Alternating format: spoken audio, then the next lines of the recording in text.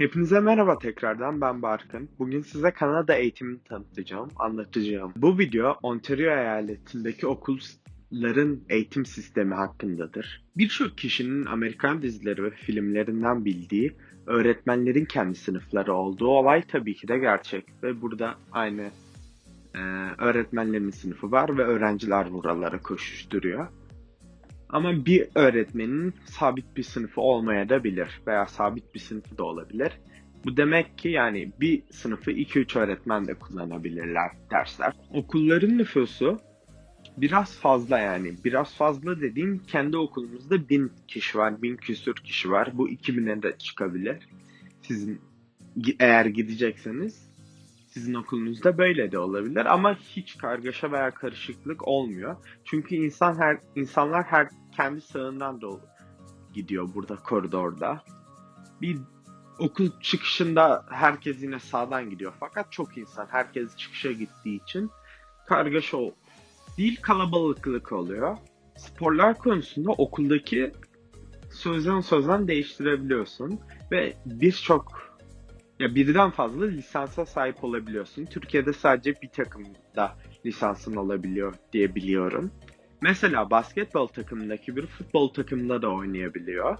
Lisanslı bir şekilde okul takımında. Veya hokey takımındaki badminton takımındakinde de oynayabiliyor.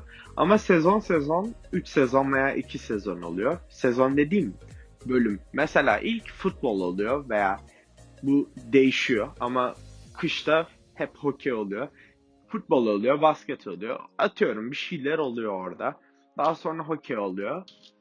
Ee, Başka öyle sporlar oluyor. Yine en sondaki sezonda öyle sporlar oluyor.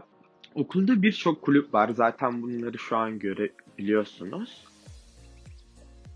20-25'e yakın kulüp var ve bu kulüp sadece sporlar için değil, akademik veya sanat, topluma kazandırmak için okullar bunları yapıyor.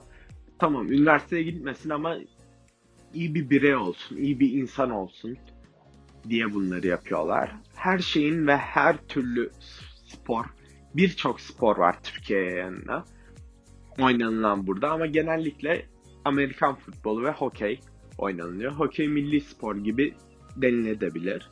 Eviniz uzak ise yani bir 20 dakika üstündeyse veya daha azsa ücretsiz bir şekilde okulların servisinden yararlanabiliyorsun. Bu okulların servisi ise dediğim sarı otobüs. Bu filmlerden ve dizilerden gördüğümüz.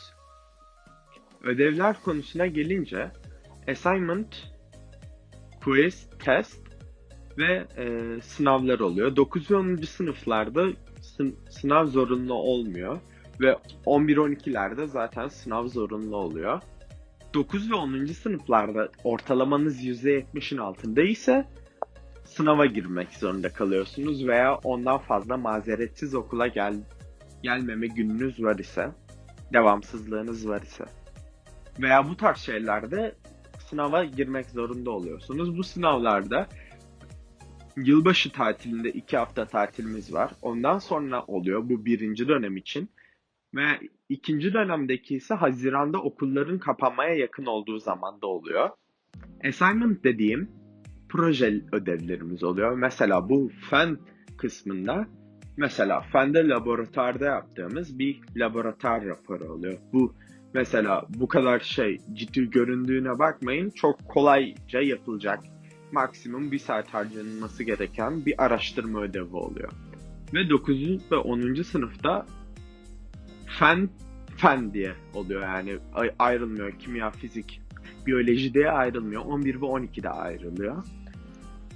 Daha sonra assignment'tan sonra quiz ve test. Quizler ise mesela 2 haftaya bir olan, 3 haftaya bir olan. Mesela fende neredeyse her hafta biz oluyoruz. Her öğrendiğimiz bir şeyden sonra pekiştirmek amaçlı oluyoruz. Testler ise ünite bitince, konu bitince veya iki konu bitince ikisinin ortak içeren konularından oluyoruz. Daha sonra sınav, exam dediğim 11 ve 12. sınıfta zorunlu olarak onların girmesi gereken bir normal sınav oluyor. Bir iki kez oluyor veya daha fazla oluyor. Bilmiyorum 11 ve 12. sınıfların. Okuldaki arkadaşlıklardan bahsetmek gerekirse, okulda herkes sizle iyi anlaşıyor ve yani ya size iyi davranıyor. Hele öğretmenler, ya onlar zaten belki burada gördüğüm öğretmenlerin hepsi hayatımda gördüğüm en iyi öğretmenler diyebileceğim insanlardan. Arkadaşlar ırkçılık veya din, ırk, ten rengi veya cinsiyet ayrımı hiç olmuyor. Burada yok öyle bir şey. Öğle aralarında ise evden getirdiğiniz veya okuldaki kantinden alabileceğiniz ürünler, yemeklerle karnınızı doyurabiliyorsunuz. Bunlar patates, fast food o tarz şeyler olabiliyor ama bunun yanında salata ve wrap tarzı şeyler de oluyor. Hamburger, fast food. Ve bahsetmeyi unuttuğum, zorunlu olarak üniversiteye gidecekseniz zorunlu olarak almanız gereken dersler var. İngilizce, tarih, fen ve matematik. Tabii bu bölümünüze göre değişen dersler. Mesela fende bir quiz oluyorsunuz. Ezber, mesela biz 7, 8 ve 9. sınıfın 10. sınıf olduğum halde Kanada'da ve Türkiye'de 8, 9 ve 10. sınıfın fen konularını görüyoruz. Daha doğrusu fiziği hiç görmedik şu ana kadar. Fen konularını görüyoruz. Onların hepsini bir yıl içinde görüyoruz. Mesela periyodik tabloyu ezberletti hoca ilk 20 elementini. Daha sonra quizde ilk 20'yi sordu. Daha sonra test geldiğinde